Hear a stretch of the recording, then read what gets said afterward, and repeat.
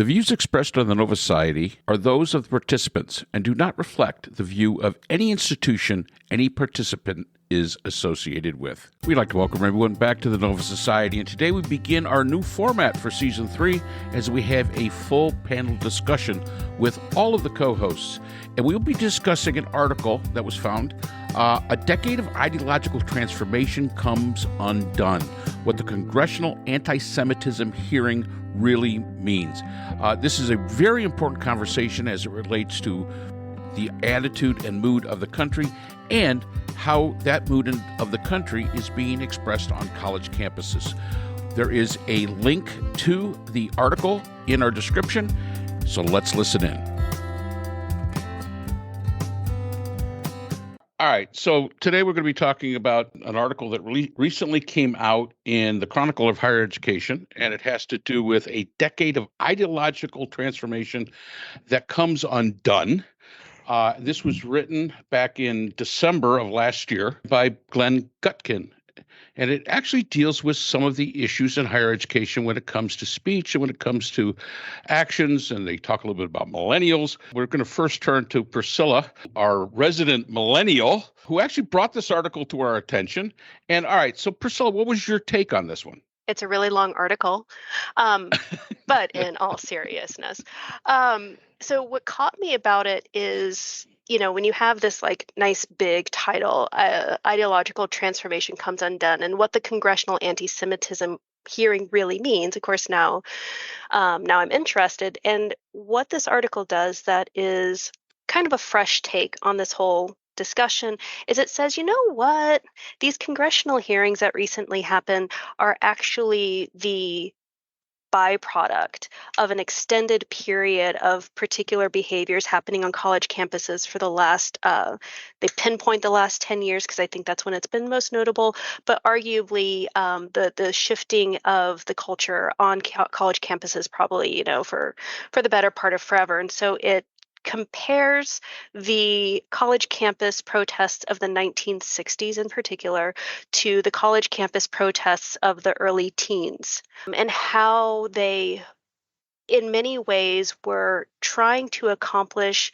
a degree of autonomy from the students versus the leadership of the university. But the noticeable difference that this author is identifying is that the more recent protests seem to be more tied to almost this like familial connection to the university. And so the responses and outbursts are more emotionally driven by the students in the sense that like you're actually violating the rules of our family, not so much about what they're actually talking about. So they're very emotionally charged. They have a lot of anger and like emotion behind them rather than necessarily being very clear on what the issue is. Now, the author also unpacks the fact that in the middle of all of this, we have trends in higher education towards diversity, equity, and inclusion. And they observe, and I thought this was a really interesting detail, that many of these campus protests are louder on the campus that have diversity, equity, and inclusion offices versus those that don't. Almost suggesting that by having the presence of this office creates a mindset of what inclusivity in a college campus can look like versus, maybe more of an approach to inclusivity that might not be as overt, if that makes sense. So what you're basically saying is it's almost a Frankenstein monster of the creation of universities in an attempt to promote a social agenda, which is exactly what they are doing. And that is creating a space for these students to believe that they can act out those social agendas. Am I getting that right? Yes. And most notably with this more recent congressional anti-Semitism hearing is that it's bipartisan. Like the line is very clearly drawn between a liberal bent at the universities and permissiveness of liberal protest versus conservative. Okay. So, Scott, what do you think as far as the anti-Semitism aspect of this? I didn't see much of that in this article in particular or in the videos that were accompanying it. With regard to anti-Semitism on campus, you and I have discussed this before, so it's going to be a little redundant, I'm afraid.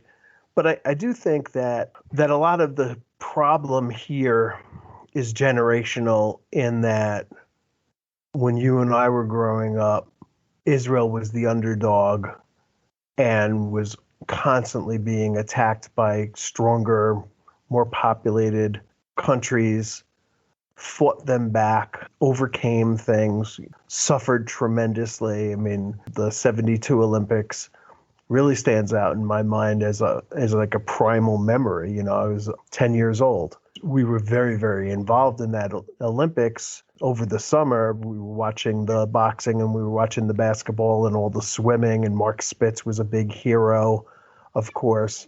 And then for this horrible tragedy to occur with Black September kidnapping the Israeli athletes, and the outcome of that, it was just heartbreaking for all of us, and it made everybody angry.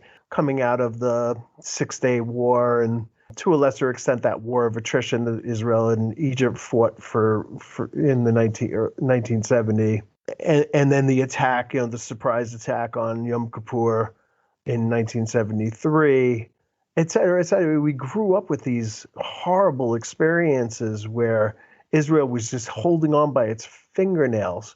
The kids today don't see that. They see Israel as being the most powerful player in the entire Middle East, the aggressor in a lot of ways, especially in the West Bank and Gaza, that Israel is the culprit here, even though I'll reiterate that the attack by Hamas had nothing to do with occupation of the West Bank, and it had nothing to do with the boycott of Gaza, the blockade of Gaza. It had to do with Israel and Saudi Arabia drawing more closely together, and the possibility of there being peace and a two-state solution was the triggering event for that attack in October 7th. It followed 2 weeks, I think, from Netanyahu's speech at the UN, where he raised the possibility of normalcy, which clearly threatened Iran and clearly threatened Hamas, and was antithetical to what Hamas wants. Hamas doesn't want a two-state solution. They want the elimination of Israel altogether.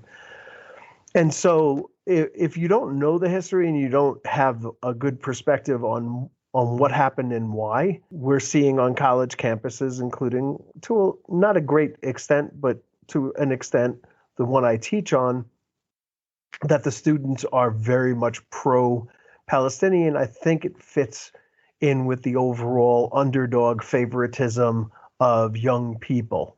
For me, it's an education issue, not a political issue, and it's something that our education system has failed. And we saw just recently a school at a basketball game between two schools in New York, the suburban New York, that there was a fight that broke out, and that the aggressor team from Yonkers was playing very aggressively and knocking the kids around, knocking the girls around on the Jewish team.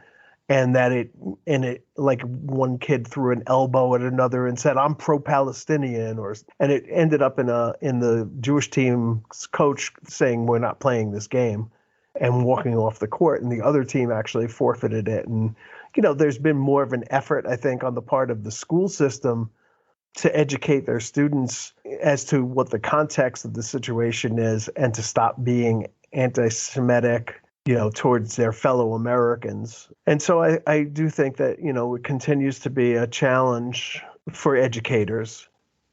That's all I'll say for now, and we'll get back to the article itself and the videos.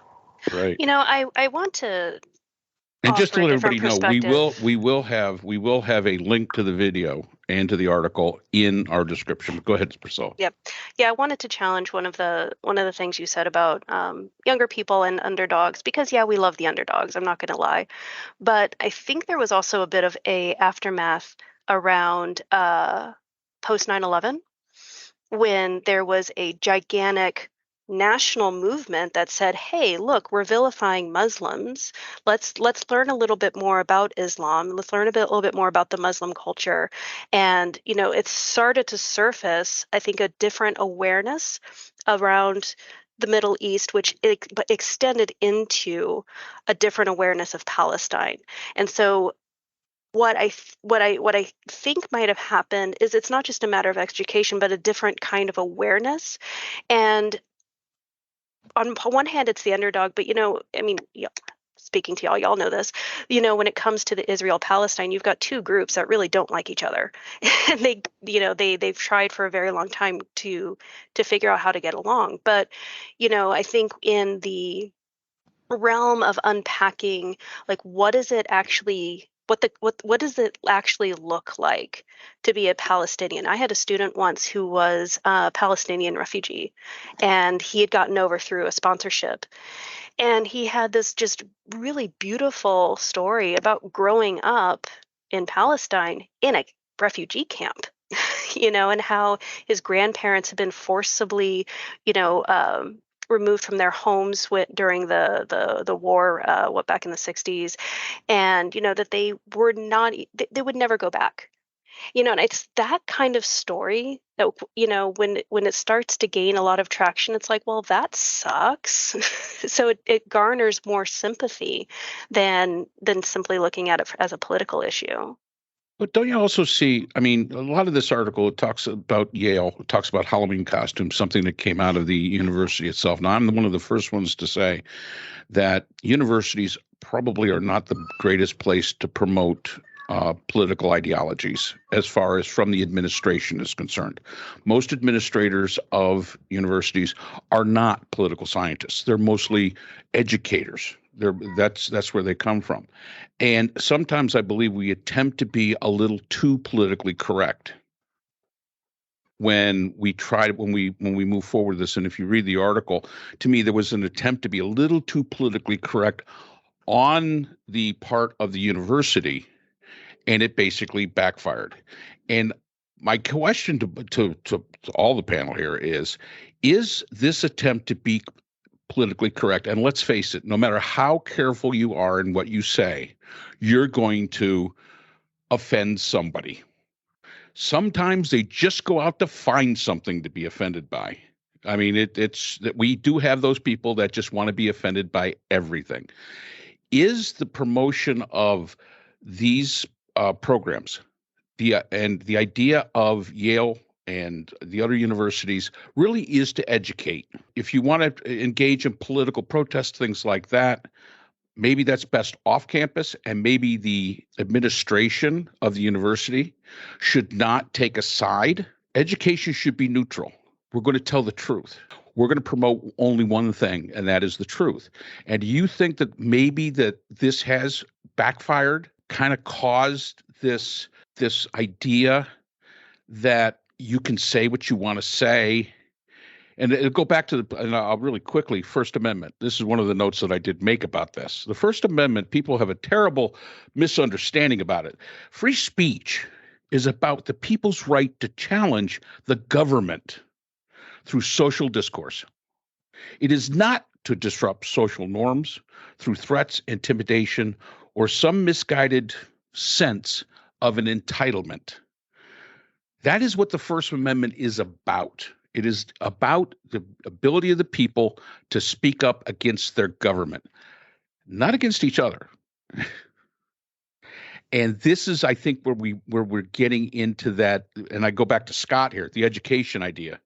If we understood that it is not free speech to be anti-Semitic or to be anti-Palestinian. Now you can have a philosophy as to who is right and wrong as it relates to the conflict that we're talking about here. Of course, that's a perfectly acceptable thing to do, and it is perfectly acceptable to have that discourse where you discuss it.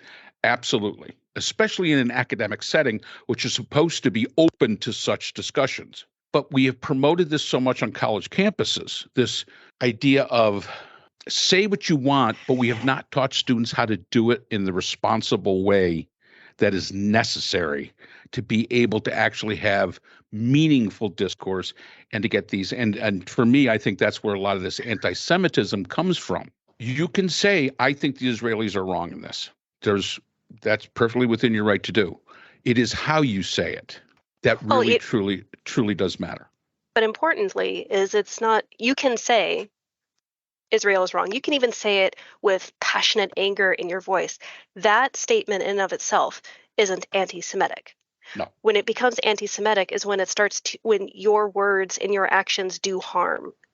And I think that's the other piece is we've gotten very used to in a society. It's like, I'm going to call you out on the thing and I'm going to call you the only word I know. And so it's like we've actually taken something, that has a very specific meaning behind it. And we've turned it into something that makes for great headlines and sound bites. It's like the article also calls out anti-racist. And the idea, similarly, is anti-racist means that you do everything in your behavior to not be a racist. Well, cool. But not being a racist doesn't actually teach not being a racist. It's like, it's saying flip a switch in your head and boom, everything is okay. It's not saying how do we teach at a generational level from K-12 up through higher education what it means to A, recognize what racism actually is, and B, how to not do it. And we lose in all of that the concept of systemic oppression. And I think that's one of the undercurrents in a lot of these conflicts is that it's like, it's not just about disagreement. It's about disagreeing and being frustrated to not knowing how to fix the system. Do you think it's generational, Scott? I know Brooke wants to talk. Well, I'm sorry. You're on the far side of the screen there. I'm sorry. So Brooke, is this generational? Yes, thank you. Thank you, Scott. I've been listening to everyone and I appreciate the comments and the insights. And I have a few pointers that I wanted to add. And Mark, I may not answer your question directly. As you know, I tend to wander off in a rather corkscrew direction. I was thinking, Scott, about what you said. The Hamas, they are not interested in peace and the two-state solution. It threatens them, it threatens Israel. Somewhere along the line, I think people in general have gotten the idea that everybody wants peace. Well, that's not true. Not everybody wants peace. Peace is threatening to some people. Some people simply enjoy conflict. I definitely agree with you, Priscilla, that the K through 12, and I teach organizational conflict management, and I've taught mediation, and I've taught negotiation. My uncle by marriage was one of the developers of The Prisoner's Dilemma, the tit-for-tat game theory with Anatole Rappaport, and they would write about that at the University of Michigan. The way to win is to de-escalate. See your neighbor building up arms and you assume that he is building up arms to attack you. But then your neighbor sees you building up arms and thinks, I was right. That person is going to attack me. And you, of course, were thinking the same thing. One winds up misunderstanding the other person's intent. However, going back to where I began, there are people who choose conflict. We can look at Putin, we can look at Hitler. There are individuals today who, much closer to home, who choose conflict. I think that beginning much younger than higher education, to teach children, and of course, certainly in a place like Florida under Governor DeSantis, I have a friend who teaches in the university system. They had an edict come down from the governor's office, and unless something has changed, the university professors are not allowed to say certain words, including the word bunny, including the word ladies. There was a whole long list of words, and the professors were saying, how do we manage to negotiate not saying these various words that are quite common? If a woman's name is Bunny, what do you, hey, you? The whole thing was so stupid. And I certainly wouldn't want to move to Florida. I don't know why anybody would. And the school systems, in my view, as you say, the educators, when laws prohibit genuine education of and parents who might also help, when people do not recognize the difference between destructive zero-sum winner-take-all conflict, which is distributive, right? I take everything and you don't get anything. And the so-called winner takes all, or constructive or win-win integrative conflict. And people misunderstand what a negotiation is. They think, well, I'm supposed to get everything and you don't get anything. No, that's not what a negotiation is.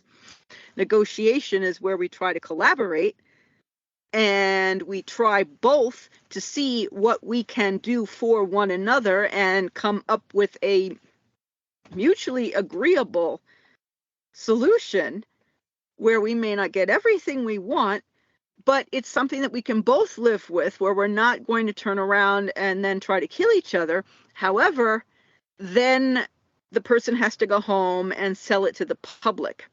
And that's where the problem can also be, because the politician who has meantime riled up his own population has to say, well, now the agreement is really this, even though it isn't, because the population has been led to believe that so-and-so is evil and the whole country is evil.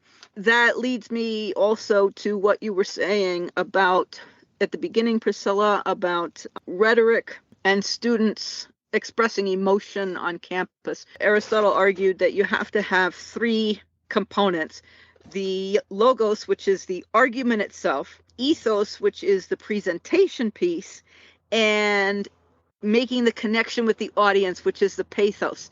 Part of Aristotle's point is that the pathos, the connection with the audience, has to be there. Hitler's propaganda of ministry, Joseph Goebbels, complained about. He could not rouse the German public to the same fervor of passion when he wanted to get their support, their enthusiastic and zealous support for other social issues. He couldn't do it. He could get them behind, Totalis Krieg, the total war, and anything to do with banishing Jews from the population, but he couldn't do it for other issues of social importance, and he couldn't understand why not.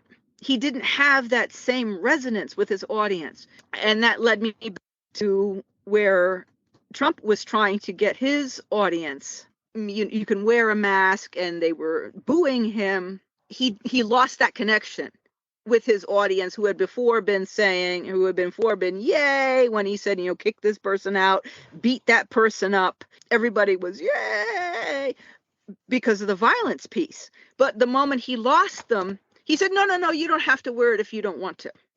And he regained his audience. So one has to have that connection. And Scott, to your point of the game between Yonkers and I don't know who the other team was, if one were to try to use that as an educational moment, where were the parents to say, hold on, to their kids, we don't play this way. You don't hurt another player. This is what, basketball? It was basketball. We don't do this in basketball. Right? We're not here to do this. We're not here to injure one another. Well, Exactly. ideally. Right. That Yeah, all go ahead. speaks to some of the parts of the article here where they're talking about the masters of a residential thing at Yale, and the students believing that you can't speak, as they were trying to have this discourse. These masters are trying to have this discourse. And the students are saying to them, you can't speak, you disgust me. You will always disgust me, and they go through this whole thing. Now, to me, higher education has a hierarchy, whether we like it or whether we don't. In my classroom, I'm the professor, you're the student. There is a hierarchy here that is involved into that. Unfortunately, I think that today higher education sees their students as customers as opposed to just students. They try to take that hierarchy away, and I noticed they removed the two people from Yale from their position. And they talk about some of these professors that were taken out of their classes because they offended a student. And to me, again, it goes to, it really speaks to the whole thing. we have created, in my mind, and I think this is a generational thing. We have created a generational group that, number one, believes that it's entitled to say what it wants, whatever it wants, to whoever it wants, without the idea of respectful discourse. And I think that goes to the anti-Semitism. It hits almost every racial issues. I think it truly does speak to all that. People believe that they can say what they want without consequence, because they have this misconception of, and I can see Priscilla's ready to jump on me about this, because they have this misconception of free speech. I'm about ready to jump on how people treat the trans and the LGBT. Well, they're part of the entire that community. So go ahead, Priscilla. I know you want to jump on me. So, as Brooklyn was describing Goebbels and his propaganda campaign. Of course, my first immediate thought was, a lot of those movies are really boring. The most exciting of Hitler's movies was when Leni Riefenstahl got behind the camera, and it was like spectacle and it was amazing. And what made it so powerful was the extent to which they were othering. And that's one of the big themes that I think America has been wrestling with for ages, is like, who is the other? We've had to have somebody who other. We had communists at one point. We've had terrorists at one point. And now we have political conservatives or liberals, however your angle happens to be. And so we've lived in the space of othering. And then building off of what Mark is saying about an entire generation, you have an entire generation of people who were raised on video games where you have to win the game. An entire generation of people who watch wrestling where you have these two people who are trying to beat each other, who for the longest time people didn't even realize was fake, that it was all acting.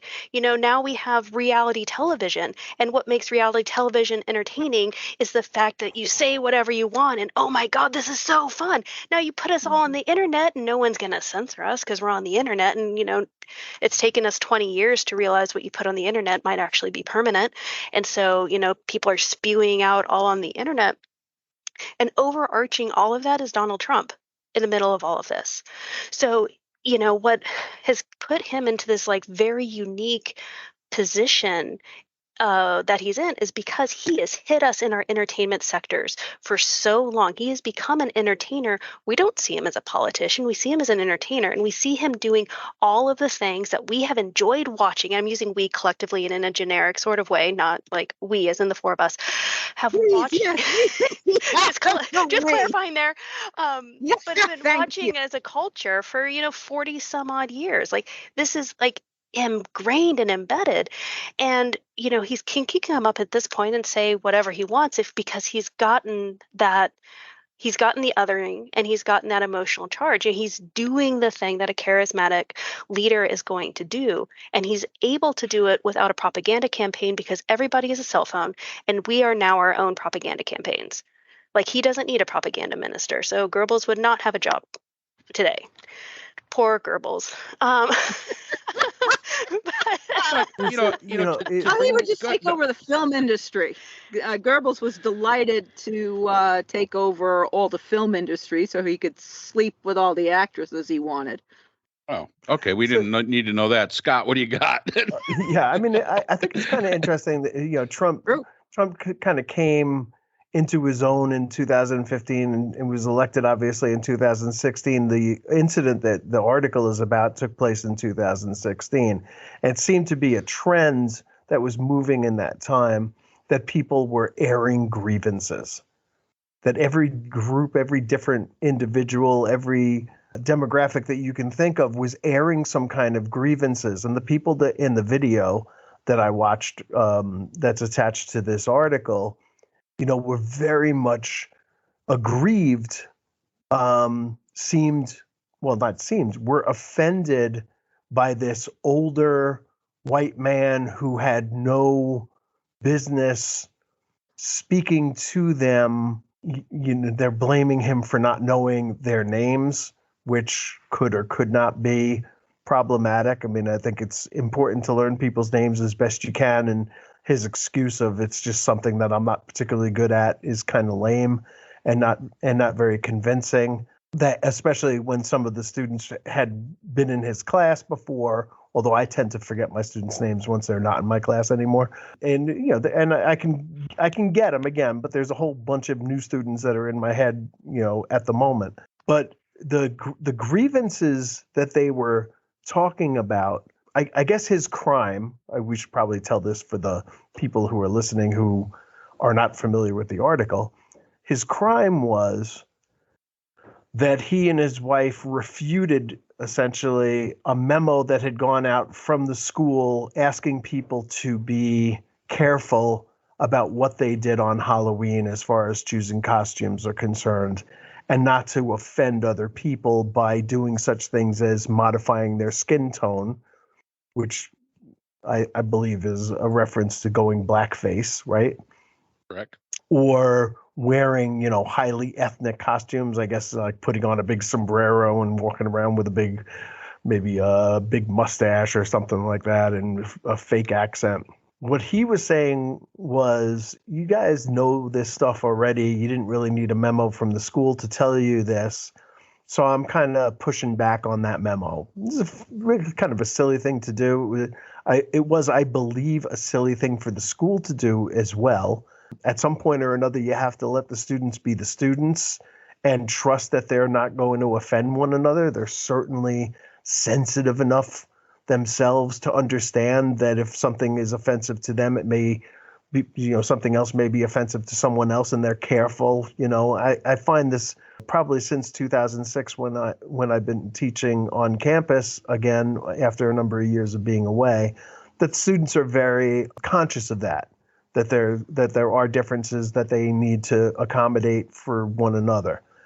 But I think that one of the things that's in the article, but it's not, I don't think it probably gets enough play, was that right around that time, there were accusations that were later found to be without evidence that a fraternity had turned away African American women from a party because it was a white girls only party. And that would cause people to be very, very much in arms about the racism on the campus, and that this guy just blundered into this debate without knowing what the stakes were and without really understanding what his admonition to students, kind of being like, hey, you know what to do, just do the thing that you would naturally do, says to them. Having said that, we're talking about like life on campus, whether or not, like how safe a safe space should be, I suppose. And I think it's really interesting that we know that we face a lot of problems in our society, right? And schools certainly echo that, are mirrored by that, in some cases cause that. And that at one point or another, the idea here is that being really liberal, but being illiberal towards those who are illiberal, is kind of the horseshoe effect, where you're beginning to get closer and closer to the oppressors by oppressing those people than not. And I think it's important for us to teach students as best we can as professors. The idea of a safe space is kind of limited to the point where you do have to understand that not everything is to be taken like with offense, that not all words are violent, even repugnant words are not violent, that every argument against you is not an assault on you, that disagreement is not oppression, and that you cannot stop other people from believing what they believe, but you have to sort of meet them where they are and try to explain your point of view. And that's missing from the videos that are accompanying the article. And I think a lot of the debate, I've had the experience of a student telling me that I'm not educated enough to be her teacher, an 18-year-old freshman, telling me and wanted to transfer out of my class. And I said, if you want to transfer out of the class, that's fine. She transferred to another class. She failed that class Karma. Was, I Karma. believe she failed it because the other teacher also wasn't educated enough to be her teacher.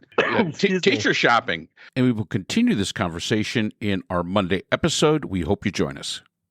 So that's all the time we have for today's episode. The Nova Society is a production of the Phoenix Research Institute.